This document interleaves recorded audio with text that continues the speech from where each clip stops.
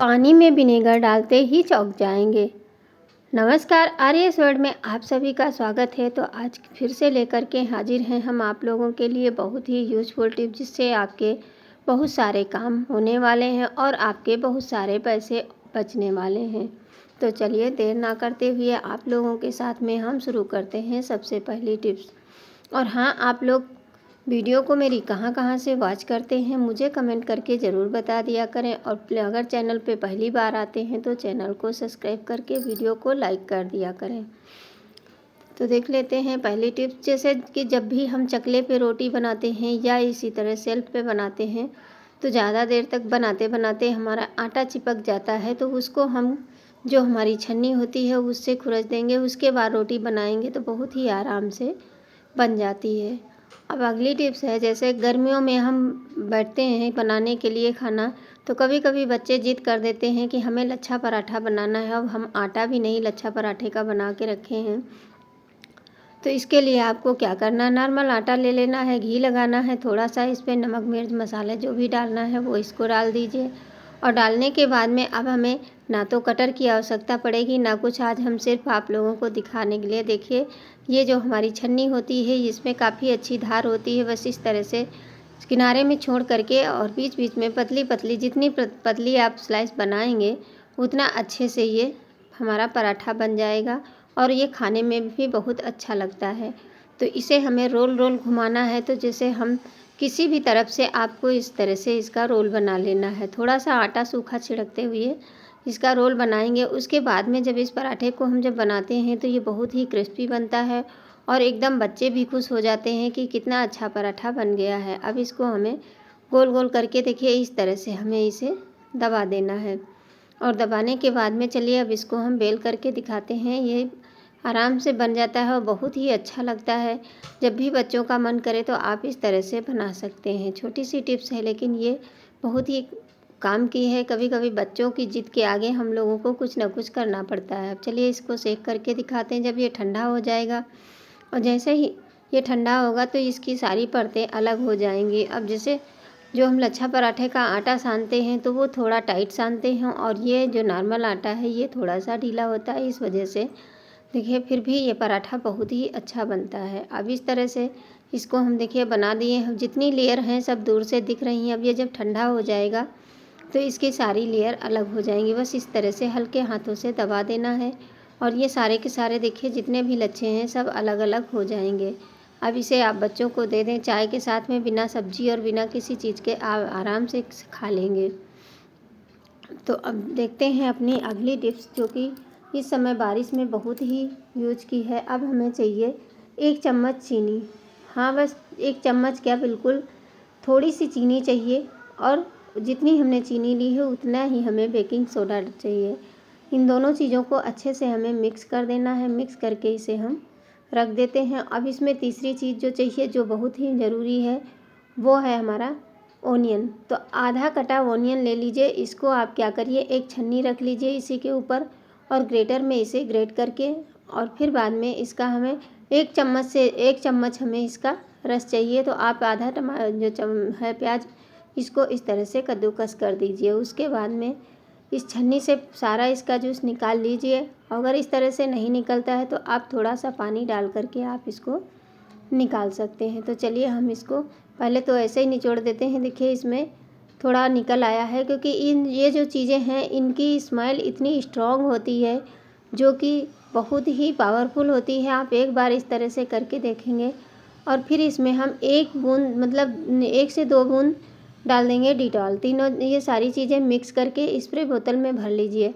अब क्या होता है, जैसे इस समय बारिश में बहुत ही ज़्यादा छोटे छोटे कीड़े मकोड़े या काकरोच हैं, ये छिपकली है, मच्छर मक्खी हैं, ये सारी चीज़ें हमारे घर में बहुत ज़्यादा हो जाती हैं। तो देखिए इसका रिएक्शन देख सकते हैं। जो चीनी और हमारा बेकिंग सोडा है ये एकदम से इसका बहुत ही अच्छा स्मेल, मतलब बहुत ही ज़्यादा स्ट्रांग हो जाता है। अब इसको क्या करिए, अपने किचन में जहाँ पे लगे कि यहाँ से काकरोच, छोटे छोटे काकरोच हैं या छोटे छोटे कीड़े हैं, जैसे कि जब भी हम जहाँ सिलेंडर रखते हैं या टंकी रखते हैं उनके पीछे सफाई तो करते हैं, लेकिन फिर भी मच्छर मक्खी और काकरोच इसके अंदर पनपने लगते हैं। तो हम इसको स्प्रे कर देंगे, जैसे डब्बे हैं इनके पीछे भी हम इस तरह से स्प्रे करके उसके बाद में आप देखेंगे आपके घर में बारिश में कभी भी एक भी कीड़ा मकोड़ा नहीं मिलेंगे। जैसे पर्दे के ऊपर कर दिया या विंडो के पास में, जहाँ भी आपको लगे कि हमें यहाँ से कीड़े आते हैं या काकरोच तो जहाँ हर जगह से, मतलब छोटी सी जगह में भी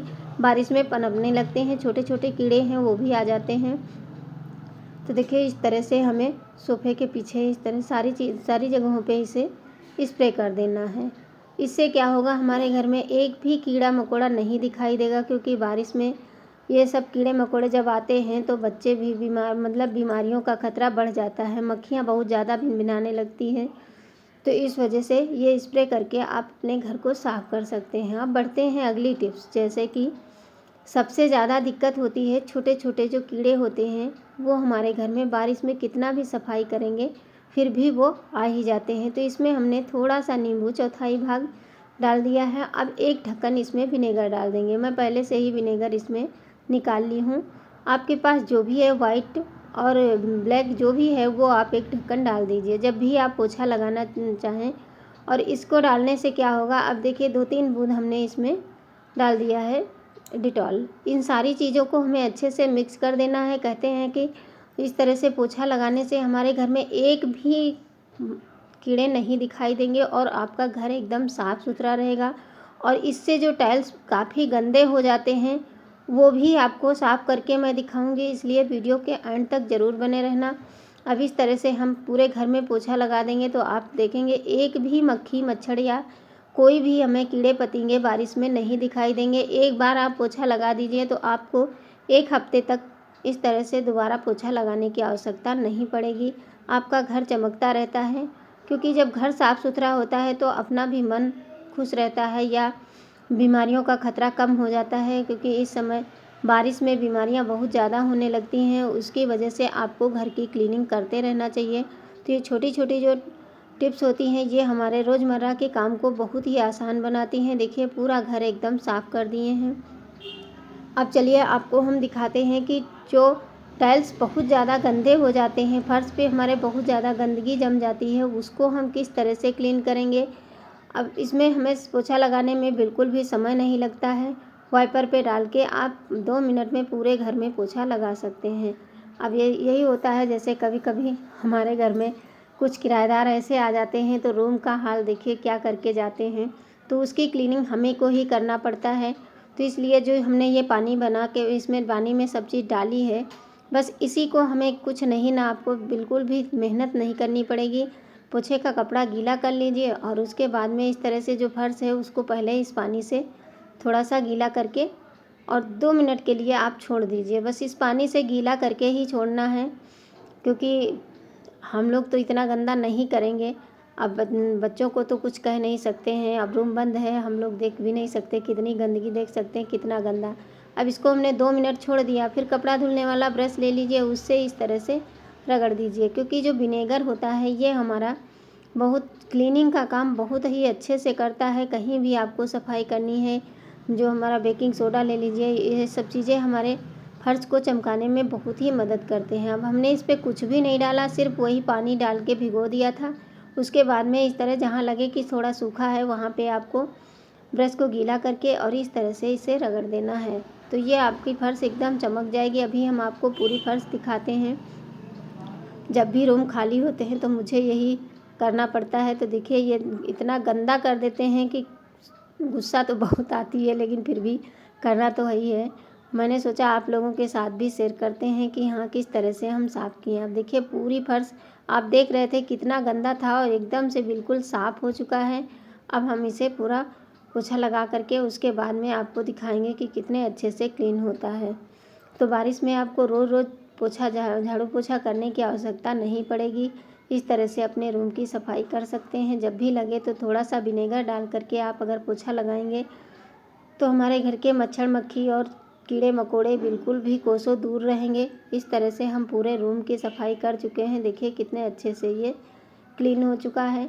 तो हम फिर से मिलेंगे इसी तरह की नेक्स्ट टिप्स के साथ में। जिधर नहीं साफ़ किए उधर देख सकते हैं कितना गंदा है। तो वीडियो अगर अच्छी लगी हो तो प्लीज़ लाइक ज़रूर करना। धन्यवाद।